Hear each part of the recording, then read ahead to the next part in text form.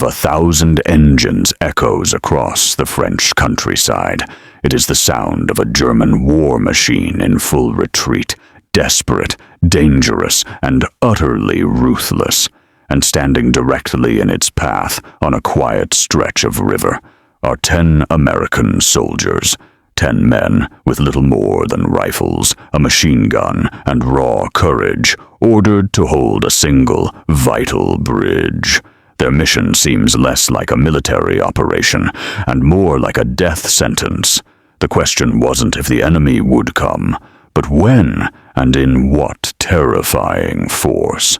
This is the story of a single day that defied all logic, a stand so improbable it borders on myth.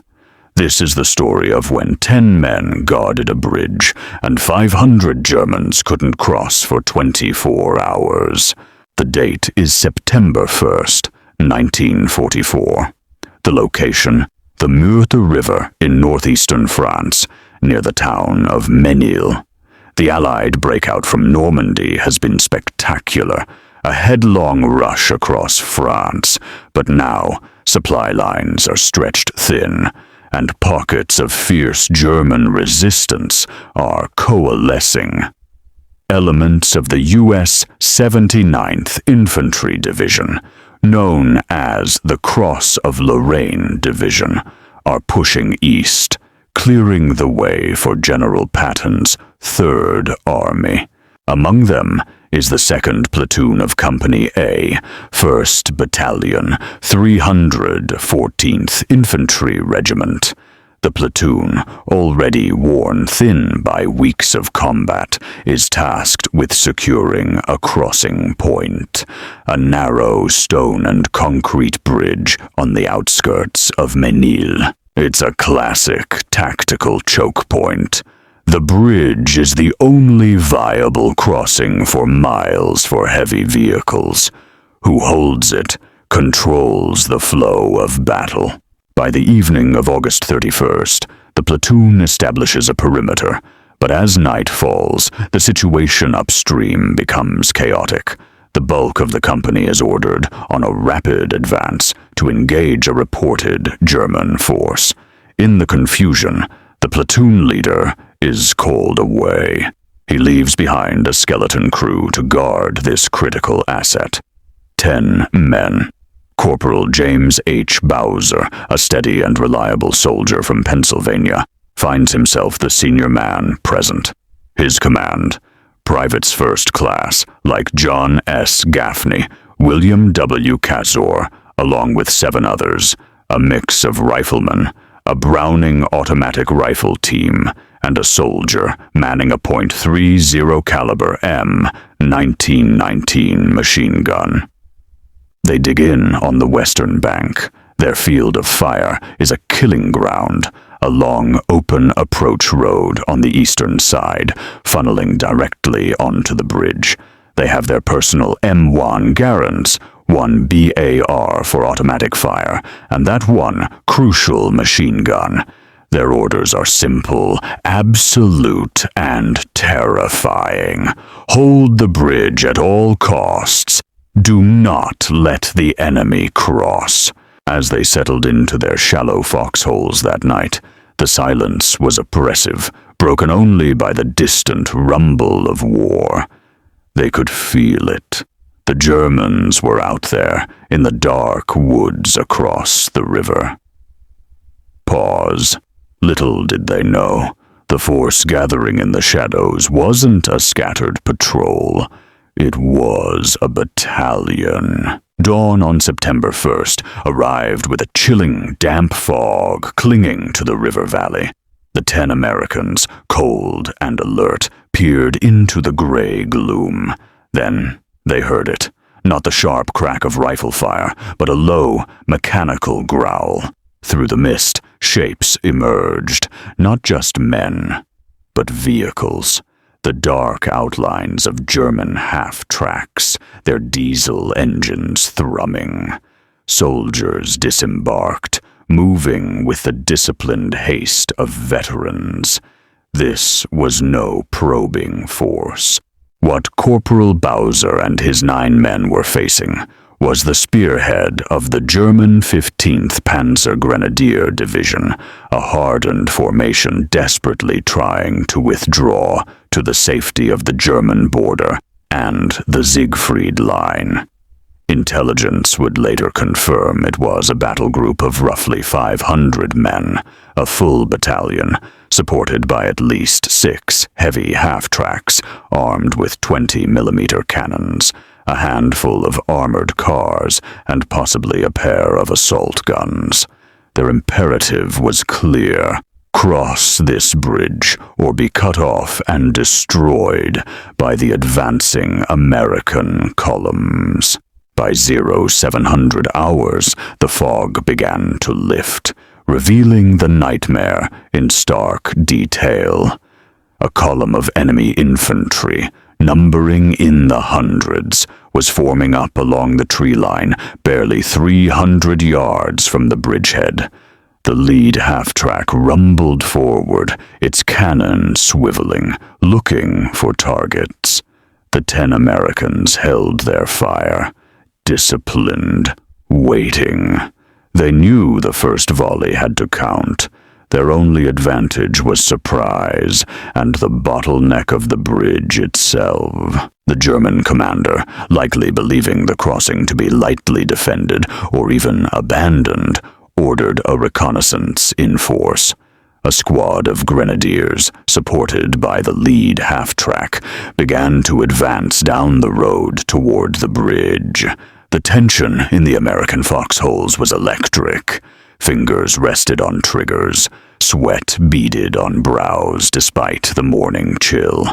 Bowser, from his position near the machine gun nest, gave the only order he could. Wait. Wait. Let them get on the bridge. The metallic clatter of German boots on the stone bridgework was the signal. Fire. The sudden violent eruption of American fire stunned the lead German element. The .30 caliber machine gun, expertly positioned to fire down the length of the bridge, hosed the structure with a torrent of bullets. The bar chattered, its .3006 rounds cracking through the air. M1 Garands joined the chorus, their distinct ping of an ejected clip lost in the din. The German squad was cut down on the bridge itself. The half-track, its thin armor pocked by rifle fire and more vulnerable to the machine gun, lurched to a halt, its driver dead. It now sat, a smoking, immobile hulk, partially blocking the narrow passage. But the American success was fleeting. The German reaction was swift and brutal. The momentary shock gave way to furious, professional retaliation. By 0830, the true weight of the enemy battalion began to bear down. The remaining half-tracks fanned out, their 20mm cannons opening up. The high-explosive shells began to walk across the American positions, shredding trees, churning earth, and filling the air with deadly shrapnel. Heavy machine gun fire from the far bank, the distinctive rapid burp of the German MG-42 lashed their foxholes, forcing the men to keep their heads down. For the next several hours, the battle settled into a vicious rhythm. The Germans would mount an infantry assault, trying to rush the bridge under covering fire. Each time, Bowser's men, communicating through shouted commands and sheer instinct, would wait until the last possible moment, then unleash a concentrated blast of fire, aiming for the leaders, breaking up the cohesion of the attack. They conserved ammunition with grim efficiency, firing only at clear targets. The BAR gunner and the machine gun team became the linchpins of the defense, shifting fire to meet each new threat. But the pressure was relentless. By noon, the Americans were beginning to bleed. One man was killed instantly by a direct hit from a 20mm shell. 2 more were wounded, one seriously, a jagged piece of shrapnel tearing into his leg. They had no medic. The wounded were dragged to a shallow depression slightly to the rear, bandaged with hurried field dressings, and given a rifle to continue firing if they could. Ammunition was running critically low. The machine gun barrel was glowing hot. They were down to 7 effective fighters. Then, at approximately 1400 hours, the Germans unveiled their new tactic. Under the cover of a massive smoke screen laid down by mortars, a team of combat engineers sprinted forward toward the stalled half-track on the bridge. Their mission was clear: rig the vehicle with explosives and blow it, clearing the obstacle for a full-scale armored charge.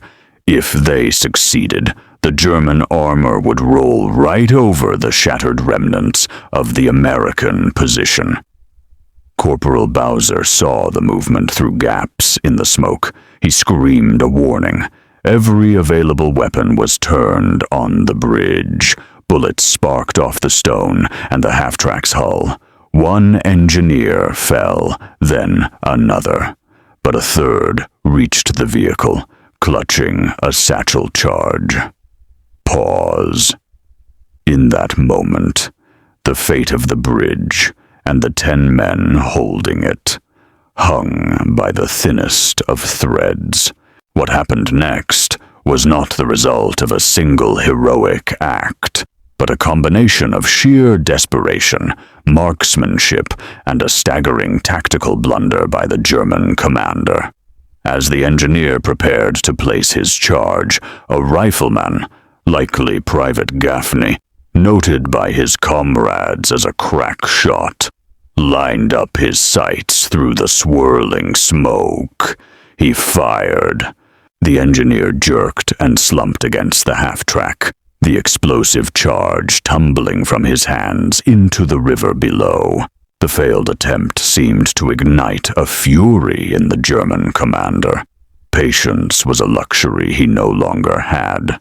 American forces were pressing in from other directions, and this insignificant bridge was holding up his entire battalion's retreat. He decided on a brute force solution, a full battalion-strength infantry assault, preceded by the concentrated fire of every vehicle-mounted weapon he had. For the next 30 minutes, the western bank of the Murtha River became a hellscape. The American position was deluged in fire. Trees were sheared in half, foxholes collapsed. The deafening roar was constant, a physical pressure on the chest. The 7 remaining Americans clung to the earth, deafened, gasping for air in the smoke-filled craters. Communication was impossible.